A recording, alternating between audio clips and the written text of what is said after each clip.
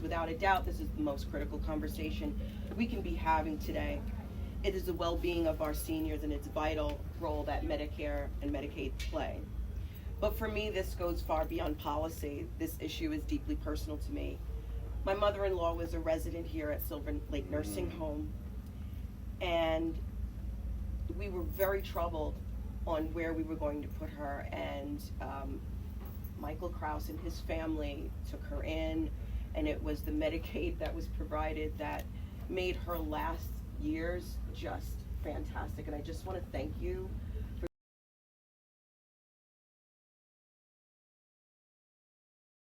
as many people know, or maybe not everyone knows, Medicaid is something that our residents and therefore the healthcare community survives on, and we rely on it very heavily to use that funding to provide care.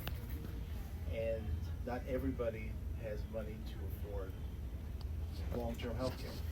And I want to welcome, first off, maybe I'll say a few words afterwards, but I'd like to welcome Senator Schumer and thank him for everything he does to try to preserve the program for all of us. Thank you, Michael. It's a pleasure to be here. Thank you. And let me, we have a lot of people here. Some are here yet. We started a little earlier because I have to get to Washington sooner than I thought. But in addition to Michael, do we have Carlton Nolte and Margie Costello, family residents? I will, yeah. Yes? Yeah. Okay, well listen, we have a lot of very distinguished people here, and I'm so glad everyone came because this is so important. We've already heard from Michael Kraus, the administrator of Silver Lake Nursing Home and Rehab Center. We have Margie Costello, a family representative. Is Carlton Nolte here as well? No, he couldn't make it, but she's a family representative. We have a lot of residents of the home here today who get great care at Silver Lake. We have our great council member, Camilla Hanks, who was just behind me a minute ago. There she is. There you are. Okay. We have our great state senator, Jessica Scarcella Stanton, who's right here. We have Daniel Messina, the president of the Richmond University Medical Center.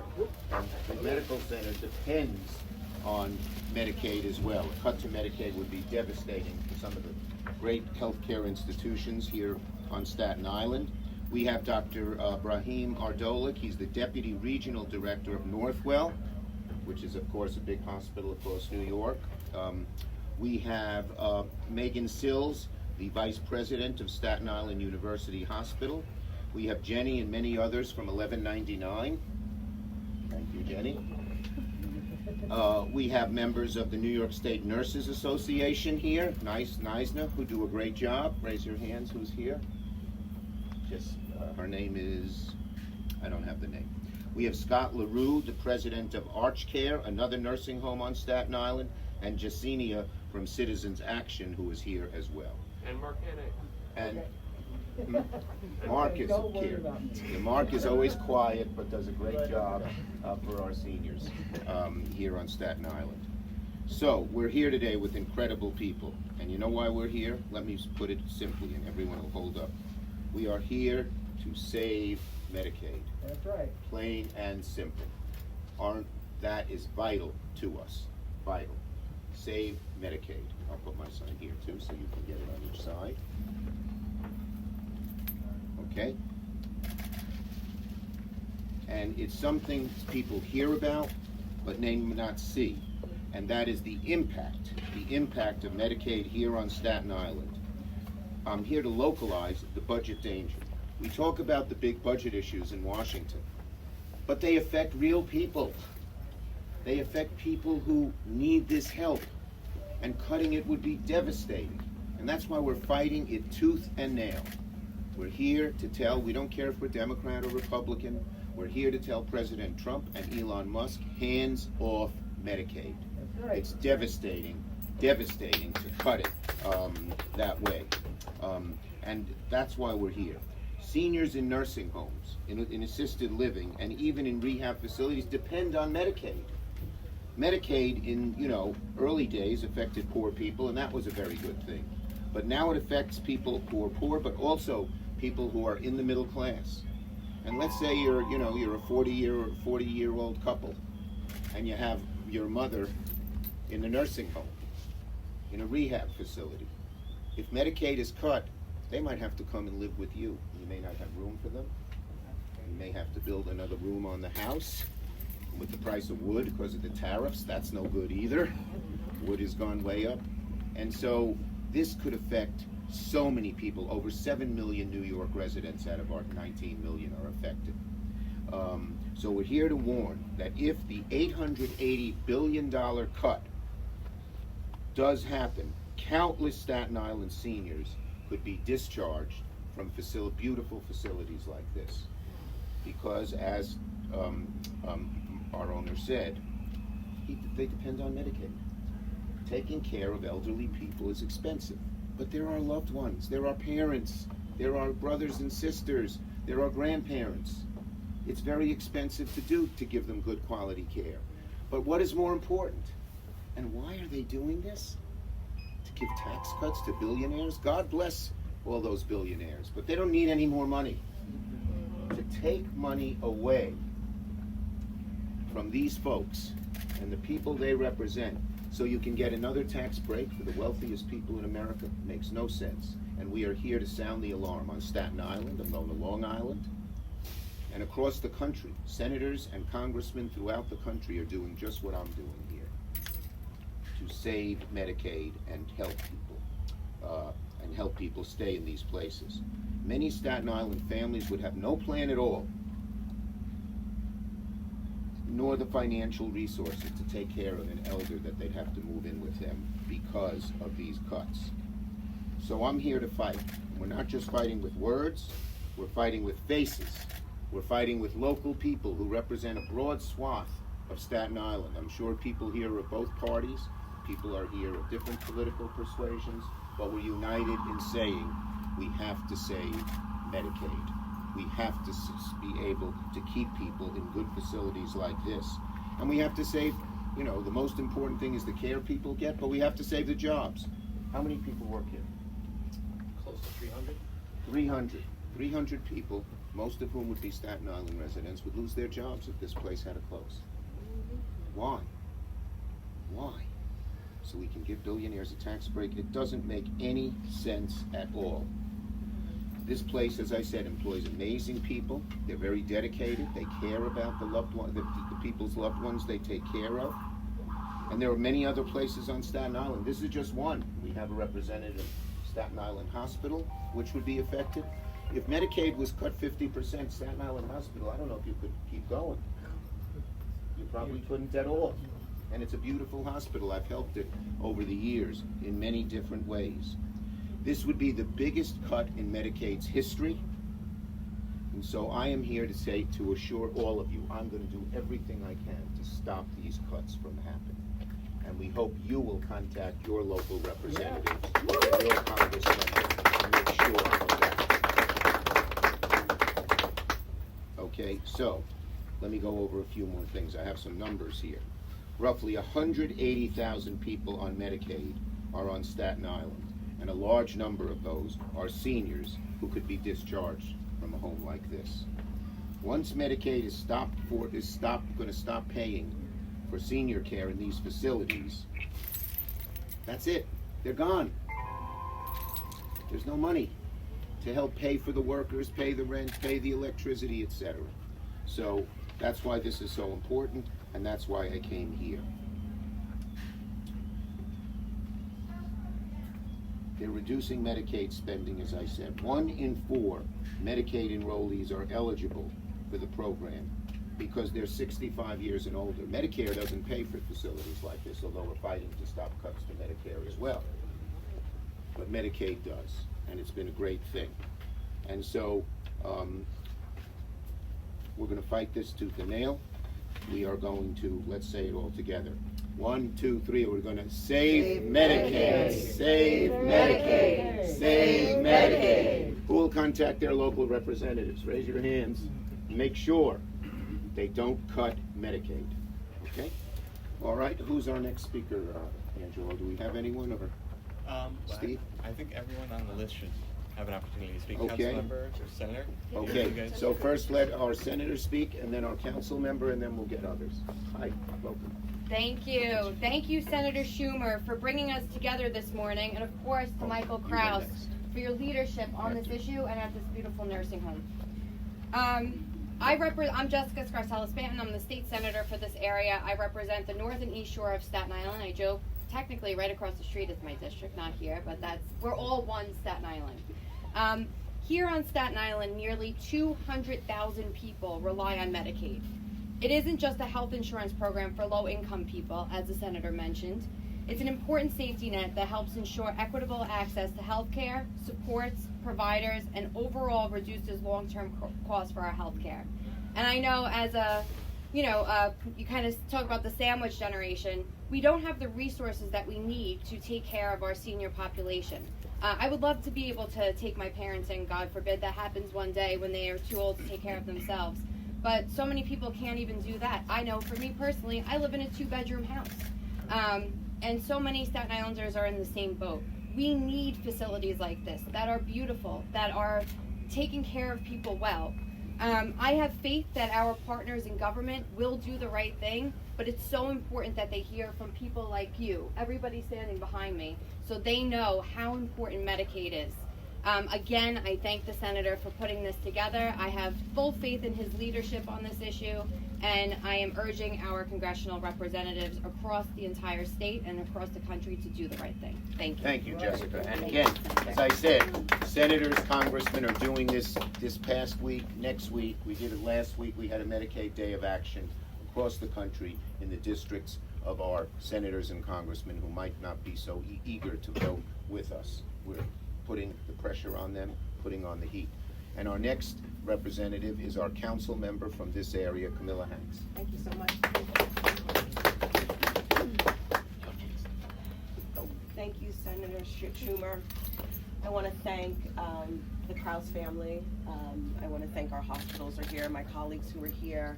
I'm Councilmember Camilla Hanks, and this is my district. I really appreciate everyone joining us today because without a doubt, this is the most critical conversation we can be having today. It is the well-being of our seniors and its vital role that Medicare and Medicaid play. But for me, this goes far beyond policy. This issue is deeply personal to me.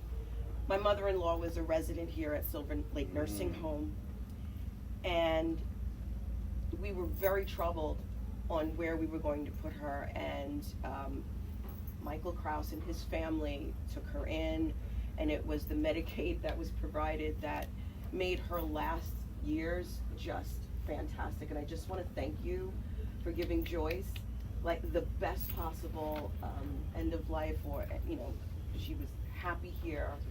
And it is really important that we know that our families are in safe, supportive environments that give us a peace of mind, that give them a peace of mind. They have friends. This is so deeply personal and real for everyone. As the senator said, the sandwich generation. We knew that she was treated with care, and that was made possible through Medicaid. The Medicaid provided her with resources she needed to live in her final years with dignity. She knew, and we knew, that she was being treated with care. It was a lifeline, and like so many families in New York, it was a lifeline we all depended on and that they depended on. We cannot afford to forget that behind every funding cut, as the U.S. Senator said, there is a family holding on with hope. Behind every statistic, there is a senior who deserves safety, comfort, and well-being. We are grappling with financial strain, staffing shortages, and increasing in demand, and these cuts would only deepen that crisis, leading to layoffs, loss of services, and in some cases, failure and closure of these facilities altogether. So let's be clear, this isn't about facilities, it's about people. It's about seniors who rely on Medicaid to survive. It's about the dedicated staff who care for them every single day, many of whom are working long hours for far too little, and they're giving all of that, as the Kraus family did, out of love, duty, and sheer determination. These are the same workers who stood behind us in the front lines during COVID, So I just want to thank Senator Schumer for standing with us today. And most importantly, standing up for our seniors and caregivers in Washington. His leadership on this issue is critical and very thankful Thank you, for. Camilla. Appreciate Because it. this moment calls for bold action. Thank you so much. The consequences are too deep. Thank you. Thank you. And you know, one other thought I just had. People are living longer, thank God, in good part because of Medicaid and Medicare. But when they live longer, they need to be taken care of. And average families cannot afford it. So a place like Silver Lake is just a godsend to not just the people who live here, but to their families, their relatives, who know they're getting good care, as you just heard. And it's a wonderful thing. We cannot stop it. It is so important. And next, we're going to have Margie Costello. She's a family representative. Margie. Hello. Hi. I work here. Whose son is a firefighter, and we Yes. hope everyone's He's okay. from the They hill just right saved the here. dog. Yes. Right. Yes. I started here in the 1980s as an employee, as a nurse, and I loved the job for 31 years. I retired in 2015, and now I have my brother here, and the care is phenomenal. A lot of the people, like my coworkers, are still here working, and without this place, my brother, we have 6 siblings, my mother and father have passed, and there's no one who would be able to take my brother, and he's just getting quality care, and I appreciate everything, and we gotta save the Medicaid. Right. Thank you so much. Thank you. And that story could be repeated on Staten Island tens of thousands of times. And we want everyone, we hope, Michael, you'll let all your workers know to call their congressman. Absolutely. And we want the family members to call their congress member. Sir, do you mind if I say a few words on your behalf? Yes, go ahead, please. Oh, I need to back you up. Go ahead. Thank you. Thank you. With some real stories. Well, we were supposed to have, another family member was supposed to be here to speak, so I'm gonna speak on his behalf. Now, it's true, when he... What was his name? Carlton, right? Gail Carlton. Right. Right, so Carlton's mother is here, but quite a while ago, she came here on a ventilator. Keep talking. After a failed stay at another facility, she came here. She was finishing up on a Medicare Advantage plan, which decided it was United Healthcare, and they decided that there was no hope for her, and they cut her. We managed to drag it out to get her on Medicare, so she completed a stay on some Medicare days, which again converted from United Healthcare to taxpayer dollars. But now she's still here on Medicaid, and we're keeping her alive. And hopefully she'll get better. I mean, we're currently trying to help her thrive, and we think she is. And this is quite a few months. But what's really important is that we take care of the sickest population, and those are statistics you can get from CMS. We take care of the sickest population in most of the state of New York. And these people live on miracles, but the miracles are my staff members, who have been here forever and a day, 1199 members, and we're grateful for them, because without them, I wouldn't look good. But so, we're grateful for the miracles that we do. And I hope we can continue, because as it is, we're dying. I know, and I have reached out to my local senators and local assembly people, and they know about us, and they're working on helping us. That's at the state level. Yeah. That's on the state level. But if I would have any more cuts, we would not survive another day. There you go. Hear that? So, you could walk around, you could speak to the miracles, and maybe you get to meet some of those. But we do this, and thank you for holding this. Thank you. Thank you for helping. Thank you. And we have other great healthcare institutions represented here who've come to Silver Lake. And our first speaker will be Daniel Messina. He's the CEO of Richmond University Medical Center, which does a great job. Tell us what the Medicaid cuts would mean to you. Thank you. Thank you, Senator Schumer, for being the biggest advocate for health care. I know I speak for the Hospital Association of Greater New York, where we all know full well the impacts that are being looked at right now. We had the opportunity not too long ago to speak with Committee Chair Guthrie, and we had a very candid conversation. Please do not cut Medicaid 40% of our fellow Staten Islanders are covered by Medicaid. And he's from what state? He's from Kentucky. Right, see, we're Okay. reaching out across the country, the Hospital Association. And Kentucky has done some amazing things with Medicaid.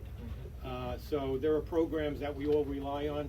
Almost 50% of the hospitals in New York State lose money in New York State. So we are dealing with a day-by-day scenario. So please, these impacts would go right to the bedside. Thank you, Senator Schumer, again, you, for Daniel. amazing work. Thank you, appreciate it. Gotta win this fight, we must win this fight. Okay, next, we're gonna have from Megan Sills. Is Megan here? From Staten Island? Yes. Okay, Megan Sills is Staten Island University Hospital. Thank you, Senator, for Thank the you. time.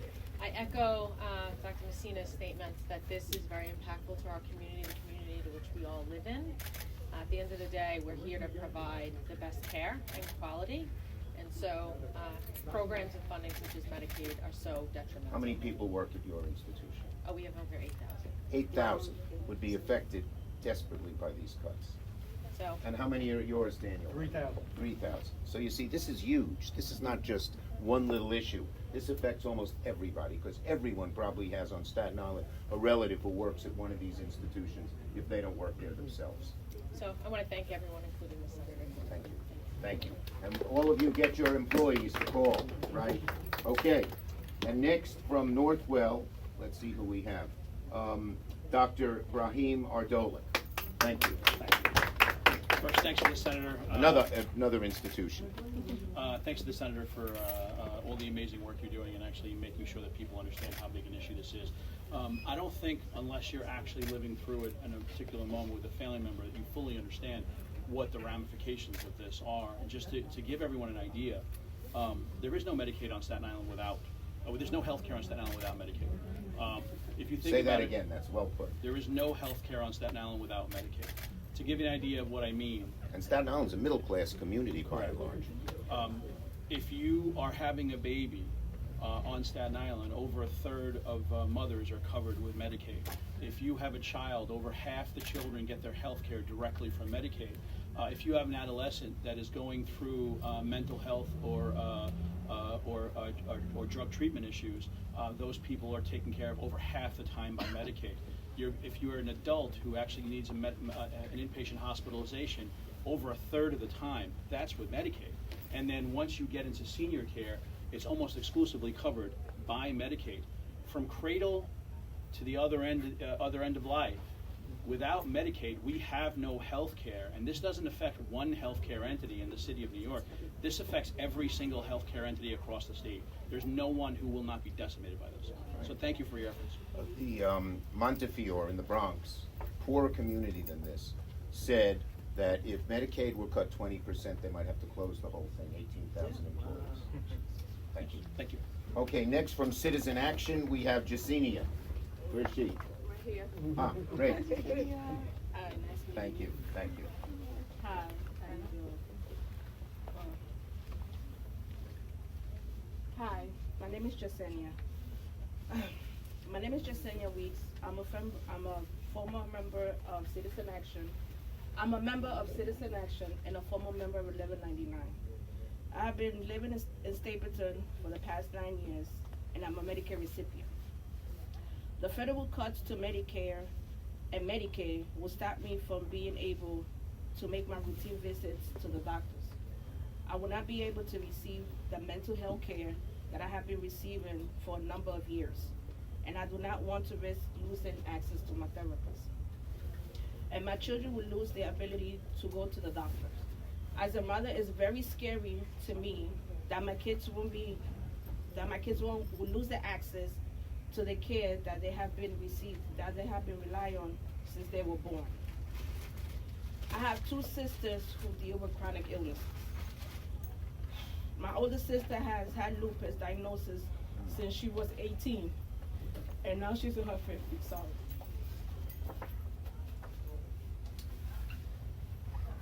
She needs Medicaid to cover the cost of her medications. She cannot go on without these medications. My younger sister has fibromyalgia and diabetes. She also needs Medicaid to manage her pain. This administration already removed insulin price cuts, which hurts the diabetic community. If these cuts go through, my sisters will be in a tremendous amount of By the way, we're fighting those in court. I think we'll win that fight.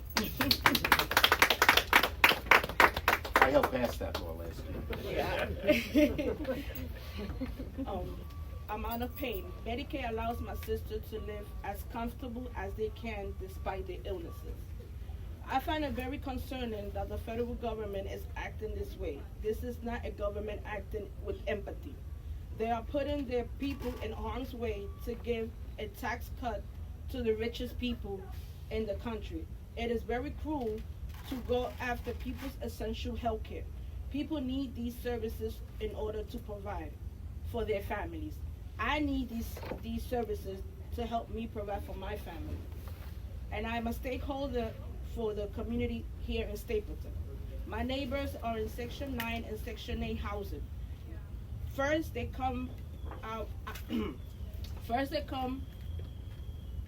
for our health care, and next they will go for after housing. They are willing to put people out on the street without the ability to take care of their health issues, just for a tax cut. We will not allow this. Thank you very much. Thank you. Well said. She represents a lot of people here.